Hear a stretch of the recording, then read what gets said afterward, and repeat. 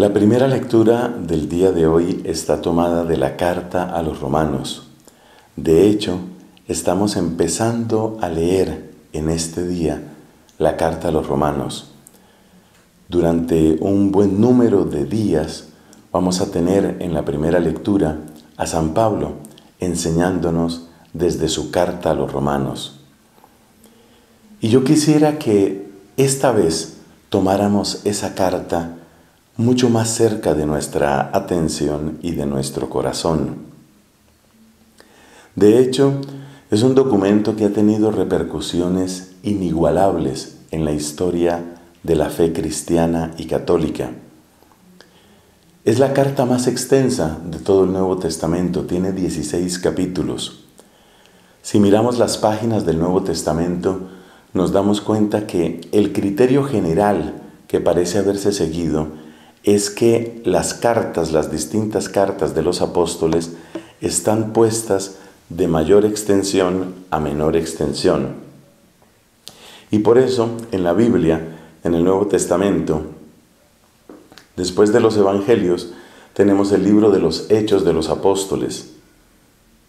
Y después de los Hechos de los Apóstoles, lo primero que aparece es esta epístola, esta carta a los Romanos. ¿Por qué tanta importancia?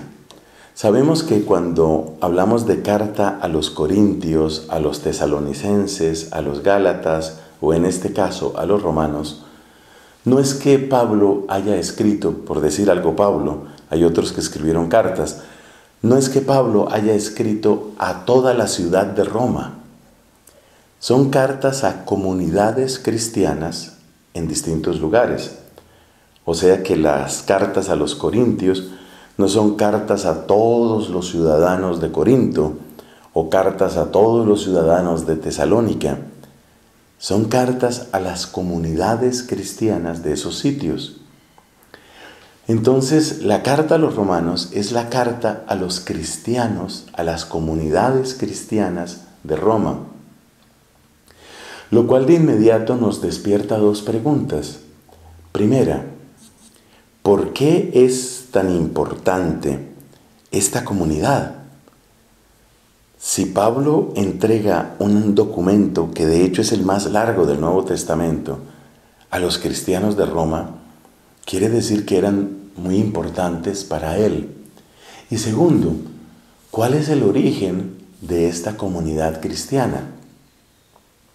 Pablo mismo dice en su carta, y lo vamos a leer muy pronto, Pablo dice que quiere visitarlos, pero claramente se deduce de sus palabras que él no es el fundador, él no es el que ha predicado en primer lugar allá.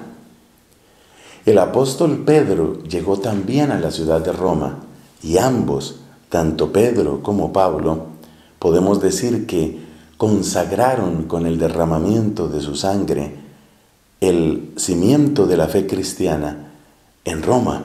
Esa es la gran importancia que tiene Roma para nosotros los cristianos, porque es el lugar del sublime y supremo testimonio de los dos grandes apóstoles, Pedro y Pablo.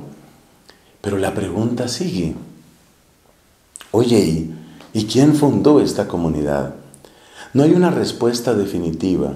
Los orígenes del cristianismo en Roma parecen ser mucho más humildes y parece que indudablemente las raíces cristianas de Roma están en las clases más bajas, las más despreciadas de la gran urbe.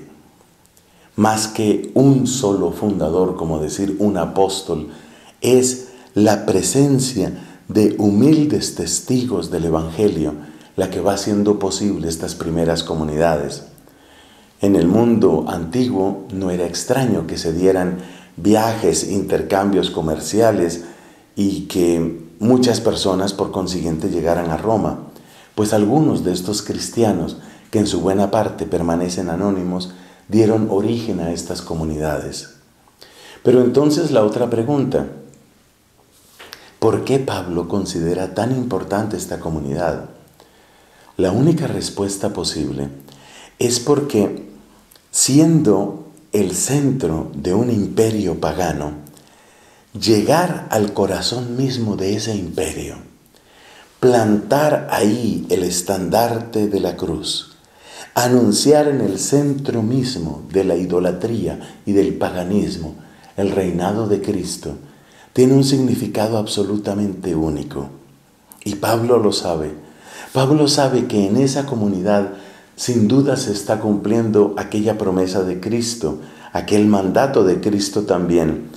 Seréis mis testigos en Jerusalén, en Samaria, en Galilea y hasta los confines del mundo.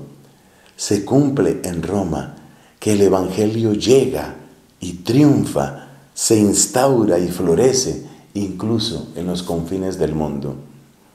Así que acerquémonos a esta comunidad de orígenes tan humildes y escuchemos la palabra sabia de Pablo para descubrir también nosotros cómo el Evangelio de Jesús triunfa por encima de toda idolatría.